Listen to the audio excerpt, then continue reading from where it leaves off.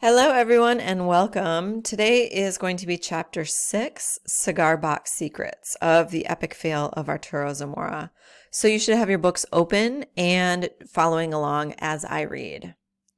Okay, here we go. Chapter 6, Cigar Box Secrets. A few days had passed and we were doing a bad job of going about business as usual. The vibe at La Cocina de la Isla felt like guacamole that had turned brown and bitter. Aunt Tootie kept mumbling to herself about how much she disliked Wilfredo. Abuela started complaining more frequently about her breathing, and you could tell it was getting harder and harder for her to get around. This had everyone on edge. Martin was in an especially nasty mood today, and I could hear him yelling orders at the cooks. He waddled around like a hippo standing on 2 feet, and the mixture of highly perfumed deodorant and fried grease was making me queasy. As soon as the lunch shift ended, I took my bag and shoved my dishwasher shirt inside. I still had Carmen's book of poetry in it, and I made a mental note to return it to her. Poetry was definitely not in my future. I bolted out of the restaurant and went home to play video games. But guess who I saw on my way? That's right, Carmen. "Hey," I said, careful not to sound too excited. "Hey," she said. "So, had a nice day?" "Yeah," she said. "I went to Abuela's house and watched TV with her, but she was coughing a lot, so I just let her rest. Then I went with my dad to the store." "Cool. Thanks for checking on Abuela. We're family. That's what we do."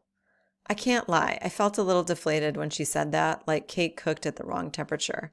I don't know why I cared so much, but I didn't want Carmen saying we were related. Carmen kept talking to fill the silence while I was thinking. "I like hanging out with Abuela. It's nice just to feel close to people, you know?" "Yeah," I said, thinking Carmen must really miss her mom. "It's the same when we talk. You and Abuela are both kind souls." Did she really just compare hanging out with me to hanging out with someone's grandmother? She sees me like an abuela? I rushed into telling a story so I wouldn't have to think about what Carmen had said anymore. "Abuela used to take me to the beach early in the morning every summer until she got sick." "Really?" "Just me and Abuela.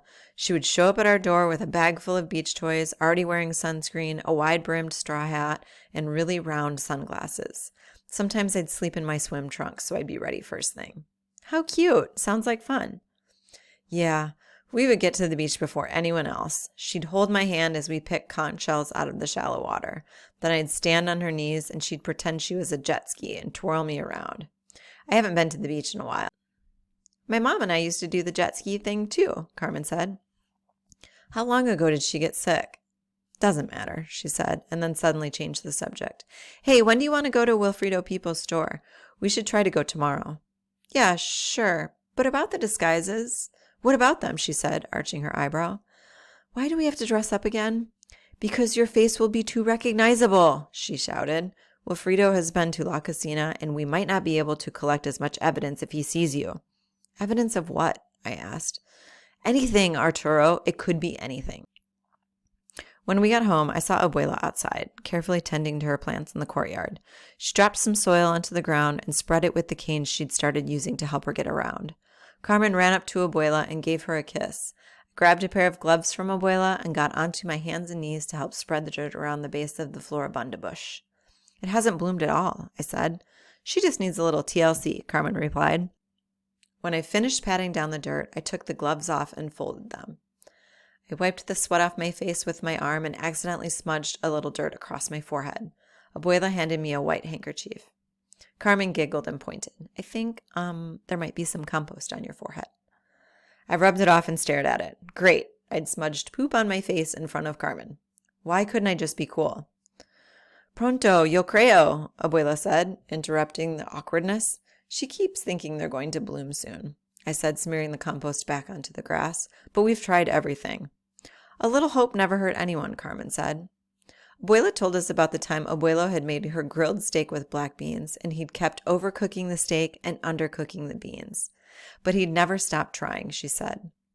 I guess watching the flowerless floribunda made Abuela think of Abuelo. Uncle Frank stepped out of the apartment and called to Carmen. "Can you help me with something, mi amor?" "Sí, papi," she said, and then turned back to me. "I'll see you later?" I nodded and kind of waved. Abuela noticed and nudged me forward, encouraging me to say goodbye properly. I gave Carmen a double kiss, which sent my face into a lobster boil. Now it was just the two of us, and I walked Abuela to her apartment. The first thing she did when she got inside was head into her little kitchen to make a batido from fresh mangoes that had fallen from the neighbor's tree. Every summer when the mango trees started giving fruit, the couple who lived in the building next to ours would give her a grocery bag full of ripe, delicious mangoes. Abuela would peel a whole stack and freeze them. She'd make them into smoothies for her grandkids and neighbors. I was usually the first to taste one each summer.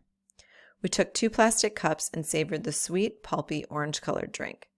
Abuela sat in her recliner, and I took a seat on the couch next to her.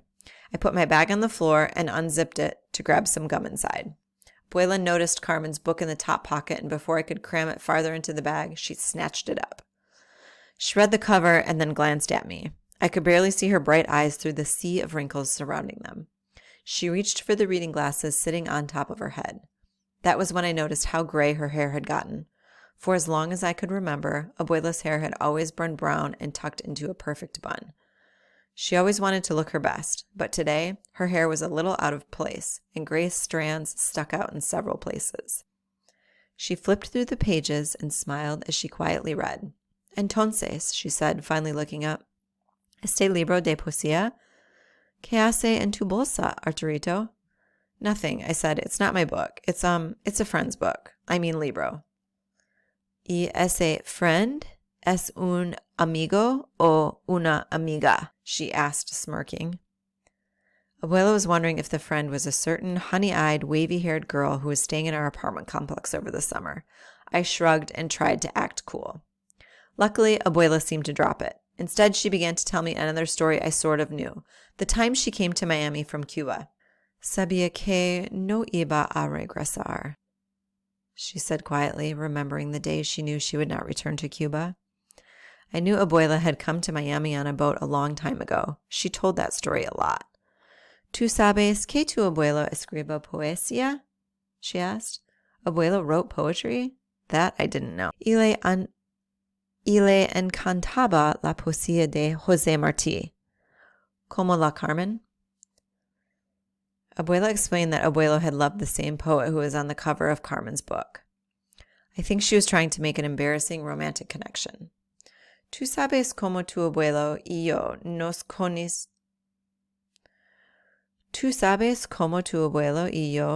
conocimos en Cuba?" Abuela asked. "No," I said. Abuela walked over to her bookshelf and took out a large wooden cigar box. Inside the box was a stack of letters neatly tied together with a string, a few pens, a watch that didn't work, and a folded envelope. "Aquí está la historia de tu abuelo y yo," she said, and handed me the dark brown box that smelled like earth. When I looked at it more closely, I realized it wasn't just a stack of letters. There were also photographs, an old CD, and blank stationery. Abuela looked at me. She pulled the loose strands of her thin gray hair back into a bun. Then she sat down in her recliner and told me to take the box. The box, she said, was a story of how poetry had helped bring her and Abuelo together. Abuela squeezed my hand, winked, and smiled. "Lo más importante, Arturito," she said, "es el amor y la fe." Love and faith are most important. What does that even mean? I tucked Abuelo's box and Carmen's book of poems into my bag. I kissed Abuela goodbye and walked to my apartment. That was when I checked Twitter and saw some DMs from Bren and Mop. At Pitbull for Life. "What up, bro?" The ubiquitous Mop. "Hear, hear, good sir." At Pitbull for Life. "Dude, every time I see your handle, it weirds me out. What does it mean again?" At the ubiquitous Mop. "It means I'm a ubiquitous mop. I am present and found everywhere, cleaning the world." Ugh, you're so weird, dude. Says the guy with a life-size pit bull cutout in his room that he talks to every night. "He's my rock, bro. He gives me strength." Guys, Abuela gave me this cool cigar box from my abuelo. Intriguing. What's in it? A whole bunch of letters, photographs, some blank pages, and a CD. Have you read any of the letters? Not yet. I'm going to get some rest. Carmen wants to go check out Wilfredo Pipo's store tomorrow. Dude, let me go with. Been dying to get my hands on some fresh new threads. Carmen kind of wanted to do an undercover thing, just the two of us. I waited for them to respond. Finally, both Mop and Bren's messages popped up at practically the same time. "Oh yeah? Interesting." "Not like that. Good night." Bren sent a whole bunch of kissing emojis, and Mop joined in with hearts. Very annoying. Carmen and I were just two friends checking out what kind of store Wilfredo Pipo had. Nothing else. Then Bren gave me advice on what to wear. I had no interest in dressing like a rapper, but that would have been better than what I ended up wearing.